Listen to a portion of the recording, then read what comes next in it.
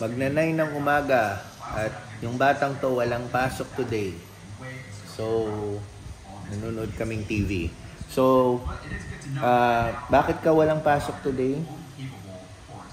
Anong tawag sa school? What? Louder. Ha? Wellness Wednesday. Wellness Wednesday.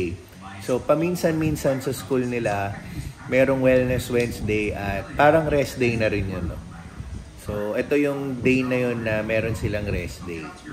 So, anyway, pupunta kami mamaya sa SM San Pedro, isasama ko siya.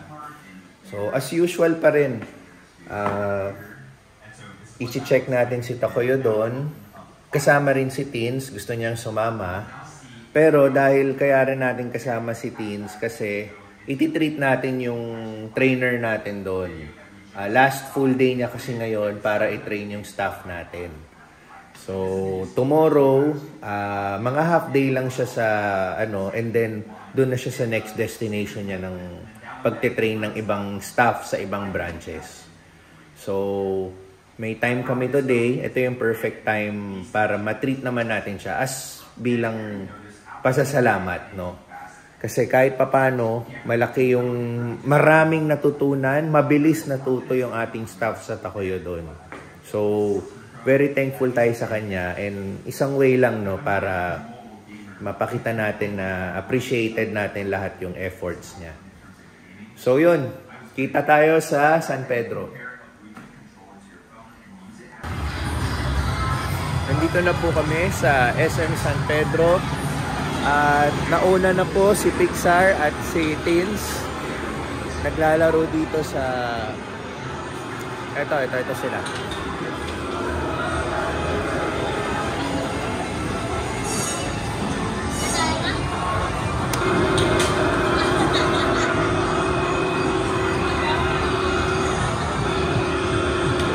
Did you win? Almost now, almost. Yun! Dami na hulog. Oh. Good job. There's more, there's more. Yan. Oh, show it here. Put it here. Yan. Ayun oh. Gumilid na.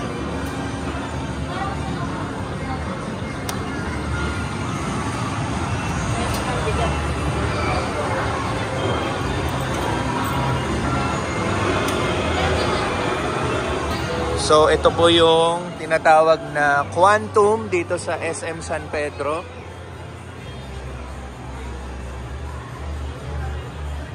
So, ito po siya.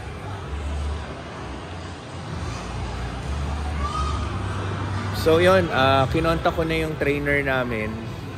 Again, last full day niya na po today, no? Sinabi niya rin po sa amin under the weather siya. So, tingnan natin yung status niya. Pero, inaya pa rin namin mag-lunch para makapag-thank you kami sa kanya, no? So, balak namin dito kumain. Ito. Tien Mas. Parang Chinese restaurant siya. Tapos dito may Angels. Dito naman, 60s Diner.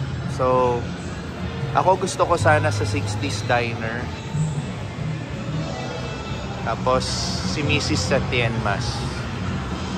So, bahala na kung saan kami.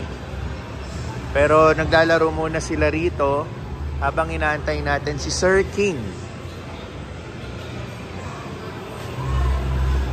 Ano? Hindi ko alam.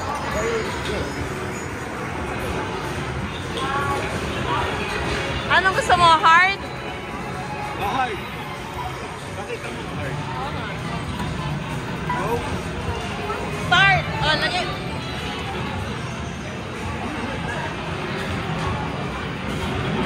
Ready. Go!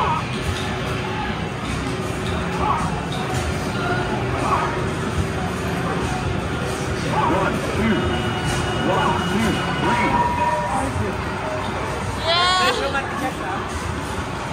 Medyo matigas. Okay. 3.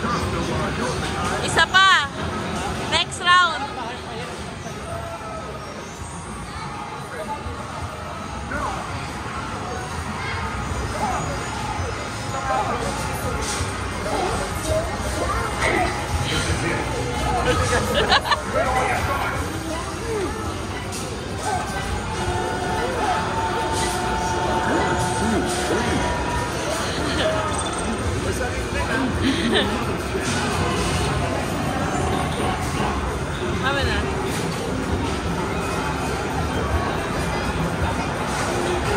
Last one.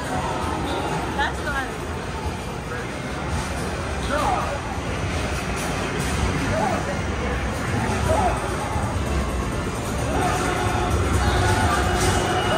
One, two, three. Halo? Oo. Hindi mo na tama eh. Akala ko. So, hindi na kami matutuloy mag-lunch kasama si Sir King. Hindi niya daw talaga kayang kumain. Mas gusto niya magpahinga. Pero ang nakakatawa po sa kanya, pumasok pa talaga siya para lang i-check yung staff natin. So, saan ba siya? Ito, pakita natin si Sir King. Ayan po si Sir King yung naka-jacket. Ayan.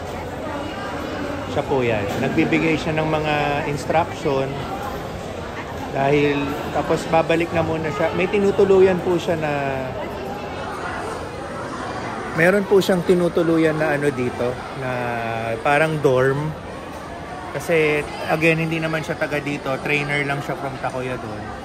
So nagbibigay na lang siya ng last minute instruction sa mga staff natin dahil hindi niya po talaga kaya. So, sabi ko, pahinga na lang din siya sa lugar niya dito. And then, kung kinakailangan talaga siya, doon na lang siya kontakin ng staff natin. So, kinausap ko din naman yung staff natin na pag-igihan na lang, no? At wag nang magbigay ng problem or any ano na mai-involve si Sir King. So, yun. So, kami-kami na lang ni Natins ang kakain. So, hindi ko alam kung same pa rin yung plano naming kainan na restaurant, kung yung kaninang Chinese or yung 60s diner ba yun. So, antayin natin.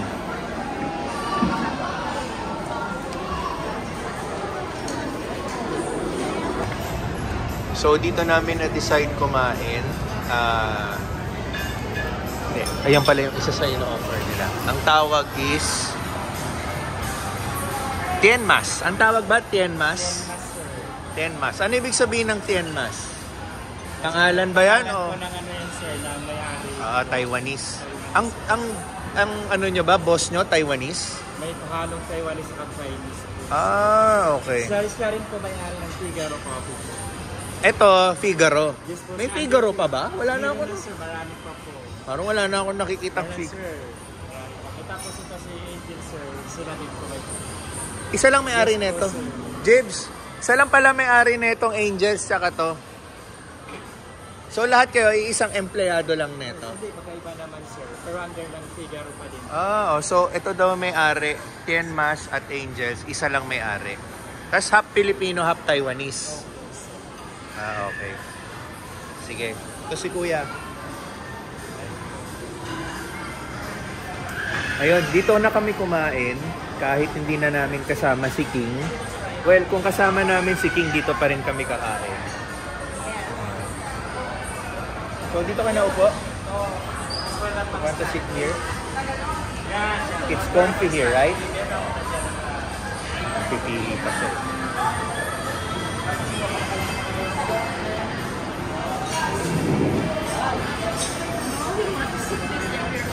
Ito po yung in-order namin. Pork chop laureate, chicken laureate. Yung pork chop, kinakain na. So, may order pa siya dumpling. Padating na. Chow time! Okay.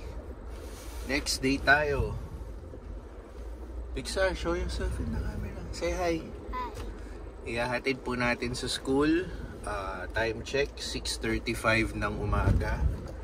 Kailangan, anong oras ang assembly nyo? You need to be there by 7:30? Yes. Okay. 1 hour before kami umaalis, no? Kasi gusto ni Pixar, lagi siyang maaga. Which is magandang attitude yun, no? So, whenever you go to school, Pixar, who is the first usually in school, in the class? You, sometimes? Who? I think Okay, hirap mag-isip. O, ganito na lang, pang ilan ka? how many people in it? The first one in school, pang ilan ka na dumadating?